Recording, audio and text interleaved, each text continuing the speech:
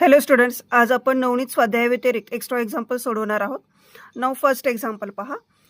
दिलेल्या संख्या रेषेमधील B D plus E D minus C ईचं मेजरमेंट काढायचं आहे. अगोदर आपण स्वाध्यायामध्ये जेवढे एक्झाम्पल शिकलो आहोत त्यामध्ये सर्व एक्झाम्पलमध्ये जवळजवळ प्रत्येक एककामधील अंतर हे समान होतं, परंतु याच्यामध्ये प्रत्येक एककामधील अंतर समान नाही आहे. तर सुरुवातीला आपण 1 ते 2 यामधील अंतर घेऊन हे पॉईंट काढूयात. तर हे पॉईंट काढण्यासाठी आपण अगोदर इथून स्टार्ट करूयात. आता इथं पहा, 1 ते 2 मध्ये किती भाग पडलेत? 1 2 3. म्हणजे इथं छेदामध्ये किती आलं पाहिजे? 3. मग अंशामध्ये किती घ्यावं म्हणजे उत्तर 2 येईल? म्हणजेच यांचा गुणाकार 3 दोन्ही 6. मग 6 भागिले 3 किती येतं? 2. मग हा 6/3 असेल तर हा किती असणार आहे? 5/3. हा असणार आहे 4/3. हा 3/3 म्हणजेच 1. परत 0 to 1 मध्ये अंतर बघा, 1 2 3 4 5. म्हणजे हा किती असणार आहे? 5/5. 5/5 काय आणि 3/3 काय? आन्सर एकच येणार आहे. हा 5/5 म्हटल्यानंतर हा किती येणार? 4/5. हा 3/5. हा 2/5. हा 1/5. आता डाव्या साईडला बघूयात आपण. -1 to -2 मध्ये किती डिस्टन्स आहे? 1 2 3. म्हणजे डिवायडेड बाय किती पाहिजे? 3. मग अंशामध्ये किती घ्यावं म्हणजे आन्सर -2 येणार आहे. तर या दोघांचा गुणाकार करा म्हणजेच किती घ्यावं लागेल? 6. -6/3 आन्सर इज -2. हा -6/3 असेल तर हा -5/3. This is -4/3. This is 3/3. Answer is -1. आता या दोघांमध्ये बघा 0 to -1 1 आणि 2 दोनच डिस्टन्स आहे, म्हणजे हा असणार आहे 2/2. म्हणजेच हा जर समजा 2/2 असेल तर हा काय असणार? -1/2. पहा, आपण आता प्रत्येक पॉईंट काढून घेतलेले आहेत, त्यानुसार आपण बी डी हे मेजरमेंट काढून घेऊया. आता इथं घेत असताना डायरेक्टली असे भाग काउंट करून डिवायडेड बाय घेता येणार नाही, कारण की इथं नंबर लाईनचे समान भाग केलेले नाही. त्यामुळे तुम्हाला प्रत्येक अंतर घेत असताना एकूण अंतर बरोबर मोठा निर्देशक वजा लहान निर्देशक या पद्धतीनं हे आन्सर काढावं लागेल. तर पहा, बी आणि डी मध्ये मोठा निर्देशक वजा लहान निर्देशक.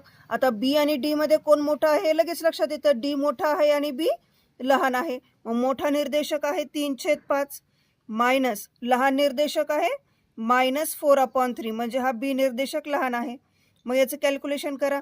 3/5 प्लस 4/3 म्हणजेच छेद समान करा. छेदांचा गुणाकार केला मग तिरकस गुणाकार होतो. 3 त्रिक 9 5 चोक 20 म्हणजेच किती आला? 29/15. हे आहे असंच ठेवूया आपण. आता ईडीचं डिस्टन्स काढून घेऊया आपण. ईडी मध्ये पण मोठा निर्देशक वजा लहान निर्देशक. ई आणि डी मध्ये कोण मोठा असणार आहे? ई मोठा असेल आणि डी लहान असेल. इकडल्या साईडला संख्या वाढत जातात त्यामुळे. तर मोठा निर्देशक असेल 5/3 म्हणजे ई मोठा आणि डी लहान वजा लहान निर्देशक 3/5. छेद समान करा. छेदांचा गुणाकार 5 त्रिक 15. तिरकस गुणाकार 5 25 आणि 3 त्रिक 9. 25 मधून 9 गेले 16 राहिले. 16/15. आता आपण सीईचं मेजरमेंट काढून घेऊयात. तर लेंथ सीई. आता सी आणि ई मध्ये कोण मोठा असेल रे? तर इथे एक पॉईंट द्यायचा राहिला होता पहा. इथं जो आहे तो सी पॉईंट आहे पहा. तर लेंथ सीई मध्ये सी आणि ई मध्ये कोण मोठा असेल? ई मोठा असणार आहे आणि सी लहान असणार आहे. म्हणजेच मोठा निर्देशक असणार आहे 5/3 आणि वजा लहान निर्देशक -1/2. म्हणजे सीचा निर्देशक आहे -1/2. याचं कॅल्क्युलेशन करा. 5/3 मायनस मायनस प्लस 1/2. छेदांचा गुणाकार 3 दोन्ही 6.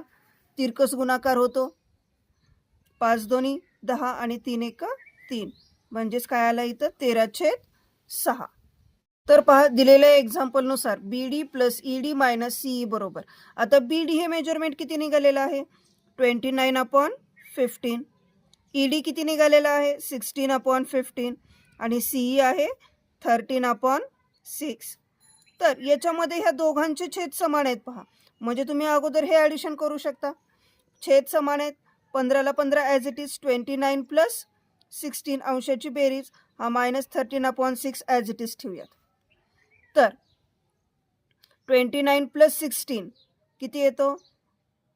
45 डिवायडेड बाय 15 -13/6 म्हणजेच किती? आता इथं भाग जातो पहा, 15 त्रिक 45 -13/6.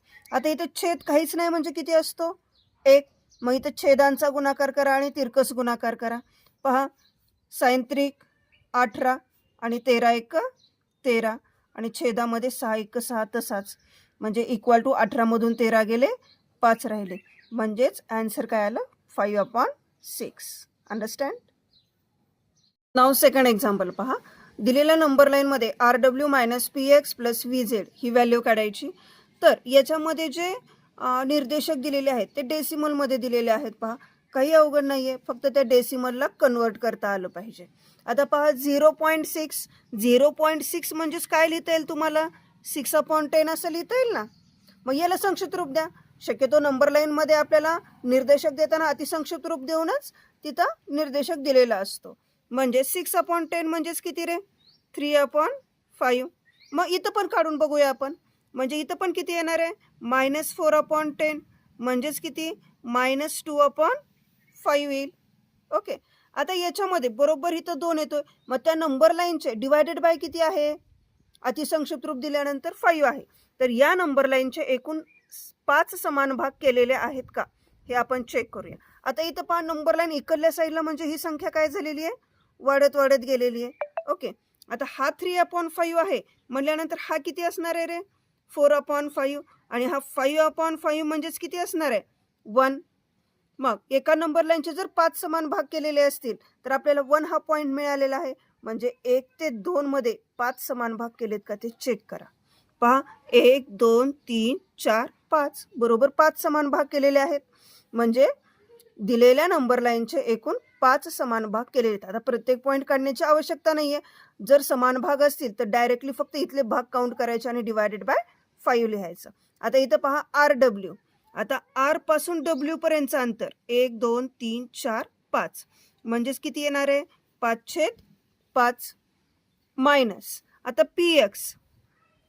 P पासून X पर्यंतचं डिस्टन्स 1 2 3 4 5 6 7 8 म्हणजे हे येईल 8/5 प्लस VZ. आता पहा, इथं V आहे, इथं Z आहे. 1 2 3 4 म्हणजे हा येईल 4/5. तर छेद समान असताना माहिती आहे तुम्हाला अंशाची बेरीज वजाबाकी करायची. म्हणजेच हा 5ला 5 ॲज इट इज, म्हणजे अंशामध्ये 5 - 8 + 4. अगोदर ह्या दोघांची करा. 5 - 8 प्लस मायनस मायनस करताना वजाबाकी, देताना चिन्ह मोठ्या संख्येचं. 8 मधून 5 गेले, 3 राहिले, -3 येणार आणि +4/5 म्हणजेच 1/5. आता नंबर लाईन तुम्हाला देताना इथे निर्देशक डेसिमलमध्ये दिलेले आहेत. मग आन्सर पण आपण डेसिमलमध्ये काढूयात. तर 1/5 म्हणजेच किती येईल आन्सर? 0.2. Now third example. एका संख्या रेषेवर A आणि B बिंदू एकमेकापासून m एकक अंतर दूर आहेत. जर A बरोबर -5 असेल तर B बरोबर किती? आता पहा, दिलेल्या संख्या रेषेवर A आणि B एकमेकापासून m एकक अंतर दूर आहेत आणि A चा निर्देशक दिलेला आहे. फॉर एक्झाम्पल A चा निर्देशक आपण इथं घेऊयात -5. तर A आणि B मधील अंतर m एकक दिलेला आहे. परंतु B हा बिंदू उजव्या साईडला आहे का डाव्या साईडला आहे असं काहीच दिलेलं नाही आहे त्यांनी. म्हणजे पॉसिबिलिटीज 2 प्रकारे येऊ शकतात. एक तर उजव्या साईडला असू शकतो किंवा डाव्या साईडला. म्हणजेच B हा बिंदू या साईडलाही येऊ शकतो किंवा या साईडलाही येऊ शकतो. आणि दोघांमधील अंतर इथं m एकक असं दिलेलं आहे आणि आपल्याला B चा निर्देशक काढायचा आहे. तर आपण फॉर्म्युलानुसार एकूण अंतर बरोबर मोठा निर्देशक वजा लहान निर्देशक. आता सुरुवातीला B हा बिंदू संख्या रेषेच्या उजव्या बाजूला आहेत असं आपण मानूया. म्हणजे मोठा B झाला आणि लहान A झाला. म्हणजेच एकूण अंतर बरोबर, आता मोठा निर्देशक B असणार आहे, लहान निर्देशक A असणार आहे. एकूण अंतर आहे m एकक. B चा निर्देशक माहिती नाही आहे, काढायचं आहे आपल्याला, आणि A चा निर्देशक आहे -5. Means m = B + 5. Minus minus plus होतो.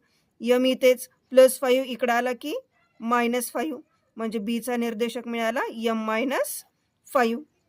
तर आता B हा बिंदू A च्या डाव्या बाजूला असेल तर A मोठा असेल आणि B लहान असेल. तर एकूण अंतर बरोबर, आता इथं मोठा निर्देशक कोण येणार? A आणि लहान निर्देशक बी असेल, तर एकूण अंतर बरोबर मोठा निर्देशक आहे -5 -b. आपल्याला बीची व्हॅल्यू काढायची, मग बी आपण या बाजूला घेऊयात. हा -b आहे, इकडं आला की +b इक्वल टू आहे -5, हा +m इकडे गेला की -m. पण कधी-कधी असं ॲन्सर देखील पर्यायामध्ये नसतं. तर याच्यामध्ये आपण दोघांमध्ये मायनस असल्यामुळे मायनस टर्म कॉमन काढू शकतो. मायनस जर कॉमन काढला तर काय होतो, मायनसचा प्लस होतो आणि प्लसचा मायनस होतो. मायनस कॉमन काढणे म्हणजे त्या संख्येला डिवाइड करणे असतं. म्हणजेच मायनस जर इकडे बाहेर निघाला असेल तर मायनस मायनस प्लस होतो, म्हणजे हा प्लस झाला आणि मायनसचा प्लस झाला. तर ॲन्सर येईल -5 + m, अदरवाईज -m + 5. तर हे 2 पॉईंट बी हे बिंदू दर्शवू शकतात. नाव फोर्थ एक्झाम्पल पहा. दिलेल्या नंबर लाईनमध्ये ए बीचं डिस्टन्स काढायचं आहे आपल्याला. अंतर काढायचं म्हटलं की मोठा निर्देशक वजा लहान निर्देशक, हा फॉर्म्युला लक्षात ठेवायचा आहे.